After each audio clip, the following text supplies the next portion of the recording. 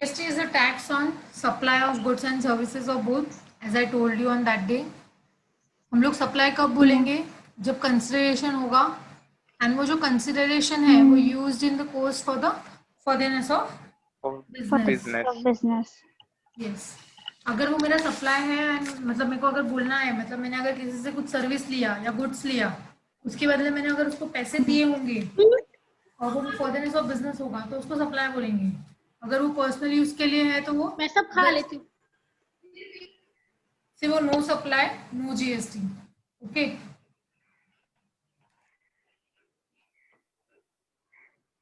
हम लोगों ने सप्लाई इंक्लूड्स का चार्ट देखा था।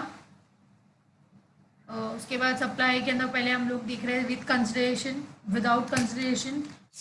विदाउट कंसिडरेशन जो है वो मेरा शेड्यूल 1 में आता है, विद कंसिडरेशन जो है वो शेड्यूल 2 में आता है। ये शेड्यूल 1 और शेड्यूल 2 दोनों हम लोगों ने देख लिया था।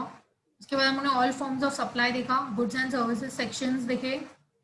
फर्स्ट इज सेल्स है, बार्टर है, ट्रांसफर है, एक्सचेंज है, लीज है, और क्या क्या था? रेंटल था, लीज था, डिस्पोजल। ओके, एंड यहाँ पे सेकंड में क्या आ रहा था? Import of services for a consideration. So we have discussed about license, rent, lease and disposable. फिर नेक्स्ट हम लोग ने यहाँ पे सेकंड पार्ट देखा था। विद कंसिडरेशन के अंदर भी हमने 2 पार्ट देखे थे। उसमें फर्स्ट पार्ट जो हम लोग ने देखा था all form of supply of goods and services, उसमें भी फर्स्ट हम लोग ने देखा सरचार्ज करके सेल्स, बार्टर वगैरह वो सब। उसके बाद ये सेकंड पॉइंट है मेड और एग्री टू बी मेड। जैसे कि मैंने आपको बोला था, आपने गुड्स सोल्ड नहीं किया लेकिन आप एग्री भी हो गए परचेस करने के लिए और आपके नाम से बिल बन गया, कॉन्ट्रैक्ट साइन हुआ था, तो आपको जीएसटी पे करना पड़ेगा। ये थर्ड मैंने आपको बताया था फॉर अ कंसिडरेशन के लिए। यहाँ पे 2 पॉइंट आपको याद रखना था, फॉरबिडेंस जो नॉन कॉम्पिट फीस है, एंड ये इंड्यूसमेंट जो आप किसी के लिए कुछ कर रहे हो तो भी टैक्स लगेगा। आप ऐसा मत बोलो कि मैं मेरा काम नहीं कर रहा हूँ, मैं उसका काम कर रहा हूँ, तो भी टैक्स आपको पे करना पड़ेगा। बाद में आप उससे कलेक्ट करो वो बात की बात है, पर आपको पे करना पड़ेगा फिलहाल के लिए। वैसा था ये। उसके बाद ये हम लोग फोर्थ पॉइंट देख रहे थे विद कंसिडरेशन का लास्ट, फर्स्ट का last point, in the course of furtherness of business. जो फर्स्ट हम लोग ने देखा था, आप कोई भी टाइप का बिजनेस करो, ट्रेडिंग कर रहे हो, buying and selling of goods, business कर रहे हो, प्रोफेशनल हो, अगर आप कुछ वोकेशनल कोर्स करके अगर आप कुछ सर्विस दे रहे हो किसी को, तो आप प्रॉफिट कमाओ या मत कमाओ उससे हमको लेना देना नहीं है, हमको जीएसटी चाहिए। इसके लिए इसको बोला गया, क्योंकि ये सब जो भी हम लोग करते हैं वो हम लोग क्यों करते हैं? फर्दरनेस ऑफ बिजनेस के लिए करते हैं। हो सकता है हमने स्टार्टिंग में आपको फ्री में दिया हो कुछ चीजें, बिजनेस स्टार्ट करने के लिए मैंने आपको बहुत सारी चीजें फ्री में बांटते हैं, बताया स्टार्टिंग में जब बिजनेस स्टार्टअप होता है तो कुछ फ्री में देते हैं या फिर डिस्काउंट में देते हैं, या 1/1+1 होता है, ऐसा कुछ होता है। मोस्टली 1+1 ही होता है। अगर आप कुछ चीज खरीदोगे तो 1+1 होगा या 50% ऑफ, जैसा भी वो लोग रखेंगे। तो ये सब क्यों होता है? फर्दरनेस ऑफ बिजनेस के लिए होता है, बिजनेस बढ़ाने के लिए ही होता है। आपको जीएसटी लगेगा। बिजनेस का साइज हम लोग नहीं देखेंगे, आप बोलोगे नहीं है मैं छोटा छोटा बिजनेस कर रहा हूँ जीएसटी नहीं करूंगा, ऐसा सब यहाँ पे नहीं होता है। उसके बाद हम लोग provision for services, club, society, association for its members and all. तो भी यहाँ पे क्या होगा? ये सब भी फर्दरनेस ऑफ बिजनेस के लिए होता है। ये लोग का भी प्रॉफिट मोटिव ही है, अर्न करना ही है, ये लोग का इनकम अर्न करने के लिए ये लोग बैठे हैं, तो ये सब जीएसटी लगेगा ये सब चीज पे आपको। फिर कोई भी एक्टिविटी हो रहा है, अगर इंसिडेंटल अचानक से कोई आ जाता है आपको बीच में, अगर आपको पैसे देने पड़े अचानक से, तो भी आपको उस पर जीएसटी पे करना पड़ेगा। आप ऐसा नहीं बोल सकते हो ये तो मेरे कोर्स में ही नहीं था, ये तो अचानक से मेरे को पे करना पड़ा, ऐसा नहीं बोल सकते हो आप। जीएसटी लगेगा आपको। फिर एंसिलरी मतलब सपोर्टिव सिस्टम जो उसके साथ आएगा ही, आपको अलग से पे करने की जरूरत नहीं है। फिर हम लोग ने देखा था विदाउट कंसिडरेशन का पार्ट, कि अगर कोई भी आप बिजनेस का कोई भी एसेट परमानेंटली किसी को दे देते हो और जब आपने उसका सामान परचेस करने के टाइम पे जीएसटी पे किया होगा, तो आपको उसके ऊपर भी टैक्स पे करना पड़ेगा, यहाँ पे जीएसटी लगेगा उसके ऊपर भी। फिर सेकेंड चीजें मैंने आपको यहाँ पे बताई थी कि रिलेटेड पर्सन या distinct person, if you made any supply for like related person, अगर आपने कोई रिलेटिव को सामान बेचा है और आप रिलेशन निभा रहे हो, यहाँ पे कुछ डिस्काउंट में दे रहे हो, तो भी जीएसटी लगेगा। ठीक है।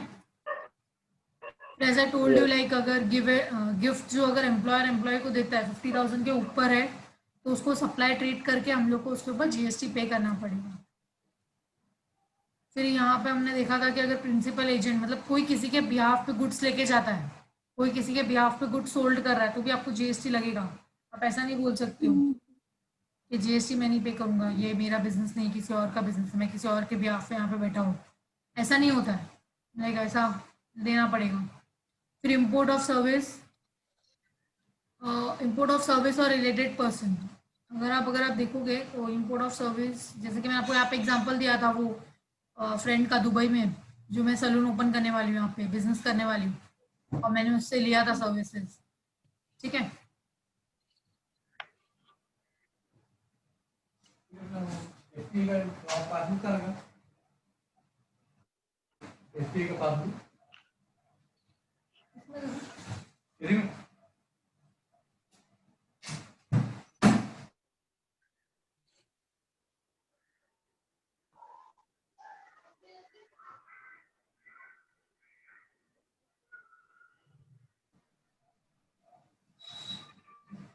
ओके। ठीक है।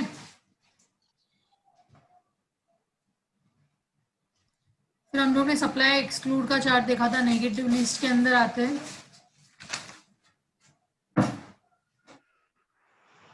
ये जो है वो सप्लाई एक्सक्लूड का नेगेटिव लिस्ट है, जो हम लोग को पॉइंट्स हम लोग को देखना है। फिर वो मैंने आपको 4-5 चीज़ें बताई थी, alcohol, diesel, petrol, crude oil वगैरह जो है, नेचुरल गैस वगैरह जो भी है, ये सब नॉन टैक्सेबल के अंदर आता है, जिसपे जीएसटी नहीं लग रहा है। याद है ना पॉइंट? Yes ma'am. ओके। ये फर्स्ट पॉइंट है, GST on employer employee relationship. फिर मैंने आपको बताया था कि हम लोग को पब्लिक को हरेस नहीं करना है, क्योंकि हम लोग को पता ही नहीं चलेगा कि नॉर्मल कोर्स ऑफ बिजनेस में क्या है। बिकॉज अगर हम लोग ने पब्लिक को हरेस करना स्टार्ट किया तो वो लोग भी कंफ्यूज हो जाएंगे। वो लोग भी अपने आप को लाइक चेक करते रहेंगे कि अभी लाइक कौन से नॉर्मल कोर्स में बिजनेस में आ रहा है, नहीं आ रहा है। मैंने आपको एग्जांपल दिया था, पता वो टीचिंग वाला, कोई अकाउंटेंट का काम कर रहा है सीए के पास, और फिर टीचिंग का पेपर भी चेक करता है, तो वो सब इसमें नहीं आएगा। वो सब इनकम टैक्स लगता है उस पर, इस पे नहीं लगेगा। फिर सेकंड पॉइंट मैंने आपको बताया था, ये कोर्ट वगैरह का, ये सब भी बेसिक नेसेसिटी है, यहाँ पे मैस नहीं क्रिएट करिए गवर्नमेंट, क्योंकि यहाँ पे लगता ही है, मतलब कुछ ना कुछ यूज में ही आता ही है, क्योंकि वो लोग का कोर्ट का रेट भी हाई फाई होता है, फिर ऊपर से अलग से जीएसटी ऐड किया, सर्विस का 18% मैंने आपको बताया ही था। फिर अगर आप लोग ने एमएलए को सर्विस दिया ना, तो जीएसटी लगेगा, लेकिन अगर एमपी एमएलए सर्विस दे रहा है नॉर्मल पर्सन को, तो जीएसटी नहीं लगेगा। उसके बाद सर्विस परफॉर्म बाय एमपी और एमएलए, अगर एमएलए। सेम चीज एमपी और एमएलए ने अगर आपको सर्विस दिया, जीएसटी नहीं लगेगा। जैसे आपने अगर उन लोग को सर्विस दिया तो जीएसटी लगेगा। सेम है यहाँ पे, वो आरबीआई बैंक वगैरह का भी सेम है। वो लोग को अगर बैंक वगैरह को भी आप लोग ने सर्विस दिया तो सेम चीज़ है। ये फ्यूनरल व्यूरल पे भी नहीं लग रहा है। तो मैं आपको ये लैंड का बताया था कि अगर आप आफ्टर ओसीसीसी वगैरह आप ले रहे हो तो जीएसटी नहीं लगेगा, लेकिन अगर आप ड्यूरिंग द सर्विस वो घर बन रहा है तभी अगर आपने बुकिंग किया होगा तो जीएसटी लगेगा। फिर एक्शनेबल क्लेम में मैंने आपको कल एग्जांपल दिया था, आदित्य का और अस्मिता का। अस्मिता का तो हम्म, एक्टिवा था मेरे पास, तो कोई प्रॉब्लम नहीं है, लेकिन आदित्य के पास मैंने 20,000 जो दिए थे वो नहीं आ रहा था, मेरे को क्लेम करने के लिए फिर कोर्ट जाना पड़ रहा था, लॉयर रखना पड़ रहा था। क्लियर? तो उसके लिए ये सब चीज़ ये के लिए मुझे जीएसटी नहीं लगेगा, ये सब इसके लिए एक्सक्लूड किया हुआ है। हम लोग ने ये भी देखा था, 1 नाइट के लिए अगर आप स्टे के लिए जाते हो तो वो लोग आपको मॉर्निंग में ब्रेकफास्ट भी देते हैं, वो कंपलसरी है, मतलब आएगा ही साथ में। ठीक है। तो मैंने आपको बताया था कि फ्लाइट में अगर ये जो जा रहा है तो उसको ये जो मील वगैरह मिल रहा है, फूड वगैरह, वो सब भी कंपलसरी साथ में आएगा ही। आपको खाना है नहीं खाना है वो आपके ऊपर है। तो ये कौन सा सप्लाई है? Composite composite sir, supply. Yes, ये कंपोजिट सप्लाई, मतलब अगर कोई भी चीज तुम खरीदने जा रहे हो और वो उसके साथ आ ही रहा है, तो दैट मीन्स वो अलग से आपको चेक करना पड़ेगा, ये क्या मैं ये अलग से ले रही हूँ, क्या ले सकते हैं क्या, नॉर्मली। बिकॉज अगर हम लोग यहाँ पे जाते हैं ना, मतलब अगर ये अकोमोडेशन के लिए अगर जाएंगे किधर भी, तो हम लोग खाने के लिए तो नहीं जाएंगे, रहने के लिए ही जा रहे हैं, तो ये सब मेरा जो है वो उधर ही आएगा। तो ये मेरे सब कंपोजिट सप्लाई के एग्जांपल्स थे। ये मैंने आपको यहाँ पे मिक्स सप्लाई का एग्जांपल दिया था। जब मार्केट में कोई प्रोडक्ट बिकता नहीं है तो बोलोगे कि एक बंडल बना के बेचते हैं, फिर अगर आप लोग खरीद लेते हो तो वो मिक्स सप्लाई हो जाएगा। तो मिक्स सप्लाई के लिए हम लोग टैक्स कौन सा पे करेंगे? जिसका भी टैक्स रेट ज्यादा होगा।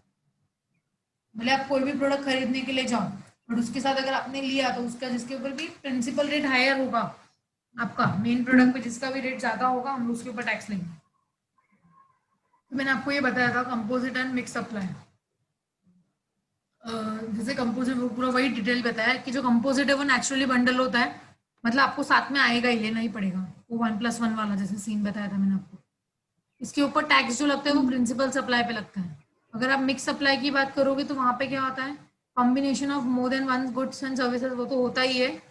उसके बाद ये नेचुरली बंडल नहीं होता है, ये हम लोग सेपरेटली भी परचेस कर सकते हैं और वो लोग सेपरेटली भी बेच सकते हैं, बट वो लोग नहीं बेच रहे हैं, ये मिक्स सप्लाई होगा।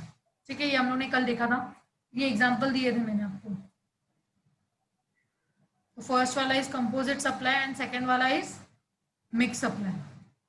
क्लियर हो गया यहाँ तक? Yes. Yes, ठीक है, ma'am. तो नेक्स्ट पे जाते हैं। तो अगर आप यहाँ पे देखोगे तो टोटल स्टेट जो है दैट इज 29 -1, एक जम्मू कश्मीर को हटा दिया मैंने, 28 लिया है। राइट है क्या लगता है आपको? Wrong है। रॉन्ग है? तो क्या राइट क्या है फिर? अभी जम्मू एंड कश्मीर को भी एप्लीकेबल होगा ना?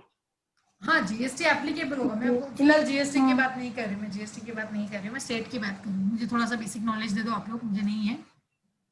मुझे थोड़ा स्टेट के बारे में बता दो आप लोग कि कितने स्टेट्स होते हैं, आइडिया नहीं है मुझे।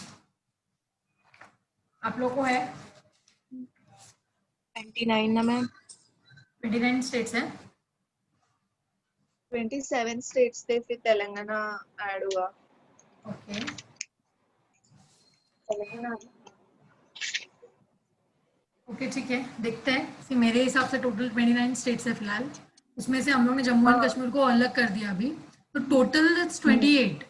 ओके, सो अगर आप देखोगे तो यूनियन टेरिटरी पहले 7 था, अभी यहाँ पे +2 किया हुआ है।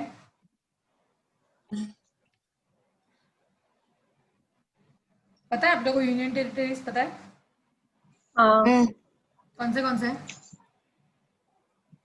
लक्षद्वीप, अंडमान निकोबार अंडमान आइलैंड, निकोबार, निकोबार दमन, आइलैंड, लक्षद्वीप, न्यू दिल्ली और Chandigarh, Dadra Nagar Haveli Delhi, Lakshadweep. Lakshadweep, Dadar Nagar Haveli, Jammu and Kashmir, new union territories. Ladakh, हाँ लद्दाख ऐड किया है ना। हाँ, जम्मू एंड कश्मीर एंड लद्दाख, ये 2 चीजें ऐड हुई हैं हाँ यहाँ पे। ऐड किया है। ओके,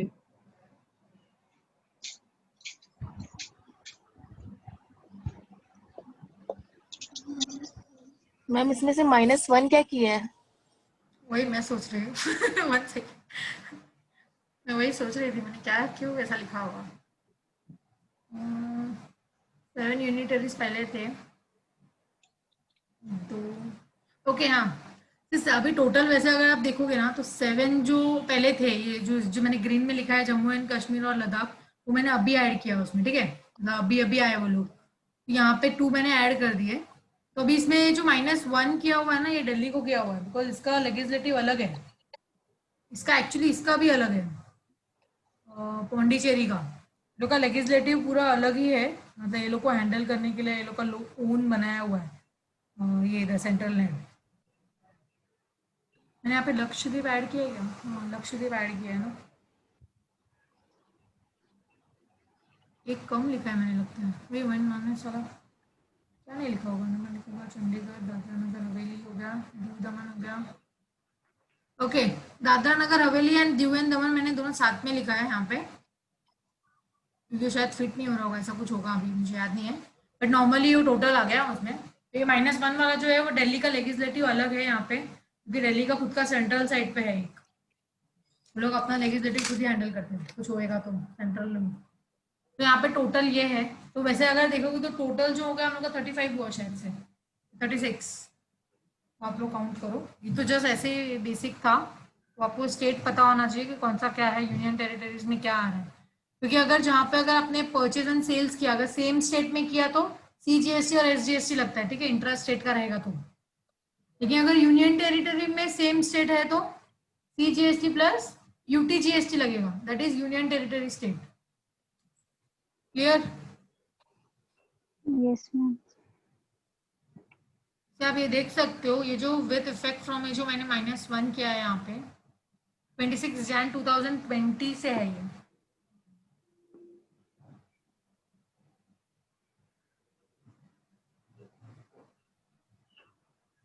ओके, उसके बाद नेक्स्ट इज सी आपके पास है ना 2 ऑप्शन है। अगर आप लोग को जीएसटी पे करना है तो नॉर्मली आपके पास 2 ऑप्शन है। या तो आप रेगुलर डीलर बन जाओ या तो आप कंपोजिशन डीलर बन जाओ। रेगुलर डीलर मतलब आपको क्या, कस्टमर से सेल परचेज वगैरह नॉर्मली करने का, परचेज करने के जब आप सामान परचेज करोगे उसमें आप जीएसटी पे करो, फिर जब आप सेल करोगे तो जीएसटी कस्टमर से आप कलेक्ट करो। ये रेगुलर कस्टमर है जो एवरी मंथ आपको लाइक जीएसटी पे करना पड़ेगा गवर्नमेंट को every year every month sorry.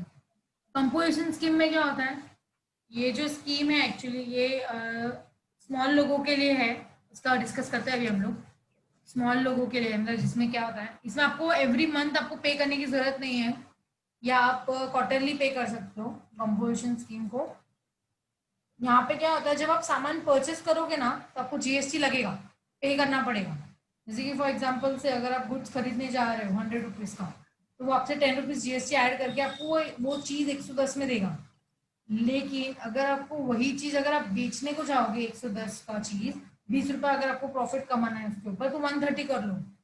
तो 130 का चीज़ अगर आप बेचने को जा रहे हो तो उसके ऊपर आप जीएसटी चार्ज नहीं कर सकते हो because you are the composition scheme. तो इन शॉर्ट रेगुलर जो डीलर होता है वो क्या होता है, आप परचेस करने के टाइम पे कलेक्ट कर लाइक जीएसटी पे कर सकते हो और सेल करने के टाइम पे आप जीएसटी कलेक्ट कर सकते हो। लेकिन इन कंपोजिशन स्कीम यहाँ पे क्या होता है, आप परचेस करने के टाइम पे जीएसटी पे करते हो, लेकिन जब आप सेल करने जाते हो तो आप जीएसटी कलेक्ट नहीं कर सकते बिकॉज ये स्मॉल डीलर के लिए होता है।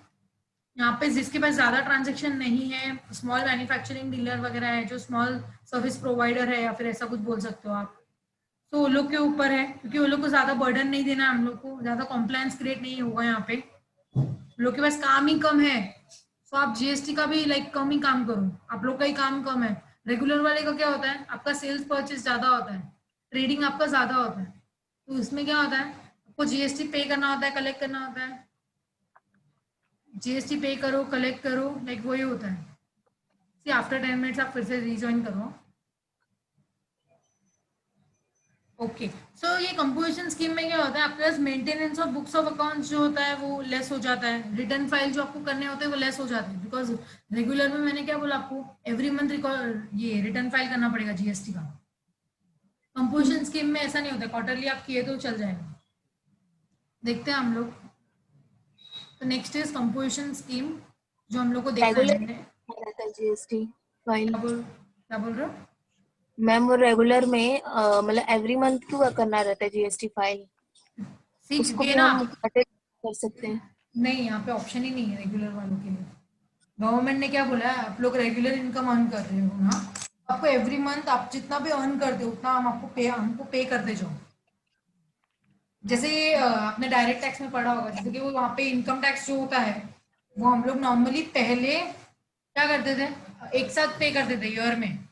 तो गवर्नमेंट क्या बोल रही है, आप लोग सैलरी तो एवरी मंथ लेते हो ना, तो हमको टैक्स क्यों एक साल बाद देते हो, हम लोग तब तक थोड़ी भूखे मरेंगे। तो एक काम करो, आप सैलरी में जैसे आपको सैलरी आएगा वैसे ही हमको टैक्स दे दो। इसके लिए आपको पता होगा सैलरी में से टीडीएस कट होके आता है। मतलब जैसे आपको इनकम आया वैसे गवर्नमेंट को भी सेम मंथ में इनकम जाना चाहिए। गवर्नमेंट तब तक वेट नहीं कर सकती एक साल तुम्हारे लिए। सेम है यहाँ पे भी सेम होता है। गवर्नमेंट क्या बोल रही है, एक महीने का एक काम करो ना, तुम देख लो कितना सेल किया, कितना परचेस किया, कितना रिटर्न बन मतलब कितना अमाउंट तुमने कमाया, देख लो, उसके ऊपर आप जीएसटी पे कर दो। हमको भी एक महीने का कमाने को एक साथ दो। इसके लिए रेगुलर वाले के लिए बोला है कि रेगुलर फाइल करो आप, मतलब मंथली आप फाइल करो। कंपोजिशन स्कीम में क्या होता है, ज्यादा नहीं होता है, अभी हम लोग देख रहे हैं वही देख रहे हैं। ये जो स्कीम होती है वो कोई भी नहीं ले सकता, मतलब जिसका बिजनेस बहुत छोटा होगा, छोटा मतलब किसके हिसाब से छोटा, आपके हिसाब से हमारे हिसाब से देखते हैं वो भी छोटा, मतलब एक अमाउंट दिया हुआ है, अगर वो अमाउंट से कम है दैट मीन्स आप इसके अंदर आते हो। अगर इसके ऊपर आपका अमाउंट क्रॉस हुआ आपको कंपलसरी रेगुलर में फाइल करना पड़ेगा। ठीक है, तो ये स्मॉल डीलर के लिए देख लेते हैं एक बार।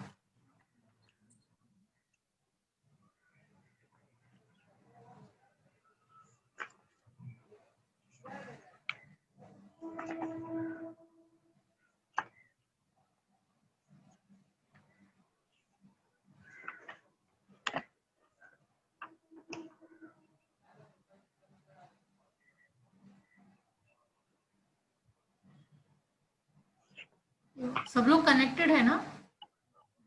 हाँ ma'am. Yes, ma'am. Yes, ma'am. Yes ma'am. Okay, तो आप यहाँ पे देख सकते हो, ये सोच रहा है कि कंपोजिशन स्कीम क्यों और किसके लिए, और ओम भी देखना पड़ेगा। वाई कंपोजिशन स्कीम देखते हैं। ये composition scheme is a simple and easy scheme. ये जो है बहुत सिंपल है, बहुत इजी स्कीम्स है। ये इसका जो लॉ बनाया है वो जरा आप देख लो। स्मॉल डीलर के लिए है, मैन्युफैक्चरिंग के लिए है, सर्विस प्रोवाइडर के लिए, ये 3 चीज के लिए है ये कंपोजिशन स्कीम। अगर आप किसी को सर्विस दे रहे हो और अगर आपका लिमिट जो क्रॉस नहीं होता है, दिखते हैं लिमिट क्या है, अगर वो क्रॉस नहीं हो रहा है तो आप इसके अंदर कवर हो। अगर आप कोई मैन्युफैक्चरिंग कर रहे हैं, लेकिन मैन्युफैक्चरिंग भी आप ना इसका नहीं होना चाहिए, इसका छोड़ के होना चाहिए, आइसक्रीम वगैरह का, टबैको वगैरह का नहीं होना चाहिए। बाकी आप किसी का भी मैन्युफैक्चरिंग करो, आप इसके अंदर आ सकते हो। जैसे कि अगर आपके पास फैक्ट्री और आप आइसक्रीम का मैन्युफैक्चर कर रहे हो यहाँ पे, तो आप कंपोजिशन स्कीम में नहीं आ सकते। टबैको का हो रहा है तो भी आप यहाँ पे नहीं आ सकते। इन लोग का बर्डन वगैरह जो है वो कम हो रहा है। यहाँ पे हम लोग को बुक्स ऑफ अकाउंट मेंटेन करने की जरूरत नहीं है, क्योंकि काम ही कम है, तो गवर्नमेंट मांगेगी भी नहीं कि कितने का हुआ आपका ट्रांजेक्शन वगैरह। तो नंबर लेस ऑफ ये रिटर्न्स भी कम हो जाएंगे। जैसे मैंने आपको बोला क्वार्टरली है तो एवरी ईयर सिर्फ 4 ही रिटर्न फाइल करना होगा। नॉर्मल रेगुलर में जाओगे आपको 12 रिटर्न फाइल करने पड़ेंगे। 12 रिटर्न, उसमें भी नॉर्मली एवरी मंथ अपने को 2 या 3 रिटर्न फाइल करने होते हैं। आप लोगों ने सुना होगा GST 1 होता है, GST 3 होता है, GSTR 2 भी होता है। हम लोग को चेक करना होता है GSTR 2 कैसे क्या करते हैं। तो यहाँ पे वो सब चीजें होती है। क्लियर? यस। तो यहाँ पे हाँ बोलो ना। मैम सुनो ना, अभी आपने बोला ना रेगुलर वालों को ये GST फाइल करना रहता है मैम, तो एवरी मंथ अगर हम GST फाइल करेंगे तो मैम उसका रेट उतना ही रहेगा जो हाँ नॉर्मल रेट, क्वार्टर हाँ हाँ पे रेट तो कर। आपका सेम ही रहेगा ना। हाँ, जैसे कि अगर मैं आपको बोलूँ कि आपने अप्रैल मंथ में 50,000 लाइक 5 लाख का सेल किया, आपने जो 5 लाख का सेल किया, तो उसमें हम लोग क्या करेंगे, 5 लाख के सेल में हमको बाइफिकेशन करना पड़ेगा कि आपने कौन सा सेल, कौन से प्रोडक्ट बेचे, क्योंकि हर प्रोडक्ट पे अलग अलग लग। अगर आप बोलते हो 5 लाख में से 2 लाख का आपने क्लोथ का बेचा, तो आपको 5% उस पर लगेगा। अगर आप बोलते हो शू बेचा तो 5% उसके ऊपर लग रहा है नॉर्मली, या फिर उसके ऊपर हो सकता है कि आपको 12% लगे। सबका रेट अलग अलग है। सो एंड आपको वहाँ पे बाइफिकेशन बताना पड़ेगा कि टोटल सेल आपका 5 लाख है, 5 लाख में से आपके इतने इतने बाइफिकेशन है, इसका इतना GST लग रहा है। और हो सकता है कि आपने वो 5 लाख में से इंटर स्टेट भी ट्रांजेक्शन किया हो, सेम स्टेट ट्रांजेक्शन किया हो, मतलब बाइफिकेशन आपको बताना पड़ेगा यहाँ पे। वो हम लोग जब रिटर्न फाइल करेंगे ना तो आपको क्लियर आ जाएगा वो बाइफिकेशन कैसे करते हैं, मतलब कभी करना है नॉन। ठीक है, ओके। पहले हम लोग थियोरी देख रहे हैं ना, उसके बाद हम लोग को प्रैक्टिकल देखना है। प्रैक्टिकल तो पहले आपको थियोरी सब क्लियर हो जाएगा, उसके बाद ही आप प्रैक्टिकल पे जा सकते हो। सो आप यहाँ पे देख सकते हो फॉर होम, ये किसके लिए है देख सकते हो आप यहाँ पे। अगर आप सप्लाई ऑफ सर्विस कर रहे हो, सर्विस सप्लाई कर रहे हो, तो आपका 50 लाख से कम होना चाहिए टर्नओवर, तो आप कंपोजिशन स्कीम में आ सकते हो। क्या फर्स्ट पॉइंट है? सर्विस कर रहे Supply हो of तो service का। 50 लाख से कम होगा टर्नओवर, तो आप इसके अंदर आ सकते हो। लेकिन रेस्टोरेंट सर्विस वाले नहीं है यहाँ पे, लेकिन नॉर्मल सर्विस की बात चल रही है। उसके बाद क्योंकि क्या होता है पता है, रेस्टोरेंट सर्विस में भी ना 2 बाइफिकेशन होते हैं। अगर आप रेस्टोरेंट में जाओगे तो कोई रेस्टोरेंट अल्कोहल वाला होता है, नॉन अल्कोहल वाला भी होता है। तो अल्कोहल वाला तो यहाँ पे आने का कोई सवाल ही नहीं है, वो आएगा ही नहीं। नॉन अल्कोहल वाला रहेगा तो आ सकता है, वो हम लोग देखेंगे उसका रेट, और मतलब रेट क्या है वो हम लोग देख लेंगे थोड़ा टाइम में। उसके बाद अगर आपने सप्लाई ऑफ टैक्सेबल गुड्स किया तो आएगा। अगर आपको मैंने यहाँ पे 2 चीजें लिखी है, एक बार लिख के फिर कट भी किया है और एक लिखा हुआ भी है। तो जो लिखा हुआ है वो एप्लीकेबल है। जैसे कि अगर आप सप्लाई ऑफ सर्विस कर रहे हो, आप कंपोजिशन स्कीम में आ सकते हो, लेकिन आपका टर्नओवर जो है 50 लाख से कम होना चाहिए। क्लियर? सेकेंड पॉइंट क्या बोल रहा है कि अगर आपने सप्लाई ऑफ टैक्सेबल गुड्स किया, अगर आप गुड्स जो बेच रहे हो वो टैक्सेबल होना चाहिए, तो आप कंपोजिशन स्कीम में आ सकते हो। वो अगर आपने नॉन टैक्सेबल गुड्स बेचा, मतलब ऐसा कोई गुड्स आप बेच रहे हो जिस पे टैक्स नहीं लग रहा है, मतलब गवर्नमेंट ने उसको एग्जाम रखा है, या उसके ऊपर GST नहीं लग रहा है, ऐसा कुछ प्रोडक्ट आप बेच रहे हो, तो आप कंपोजिशन स्कीम में नहीं आ सकते हो। जैसे कि अगर मैं आपको बोलूँ अभी, जैसे कि नॉर्मल जो बेसिक नेसेसिटी होता है ना नॉर्मली अपना, ये जब वेजिटेबल्स, मिल्क। हाँ ये सब, अगर आप ऐसा सब कुछ है तो उस सब पे इस पे नहीं आ सकते हो आप। उस पे तो नॉन टैक्सेबल गुड्स, मतलब आप कोई टैक्सेबल गुड्स खरीदते हो, परचेस करने के टाइम पे अगर आप टैक्सेबल गुड्स खरीदते हो, बेचने के टाइम पे उसको नॉन टैक्सेबल गुड्स बना के बेचते हो समटाइम्स है ना। जैसे अगर आप एग्जांपल लोगे, अगर क्या एग्जांपल ले सकते हैं यहाँ पे हम लोग,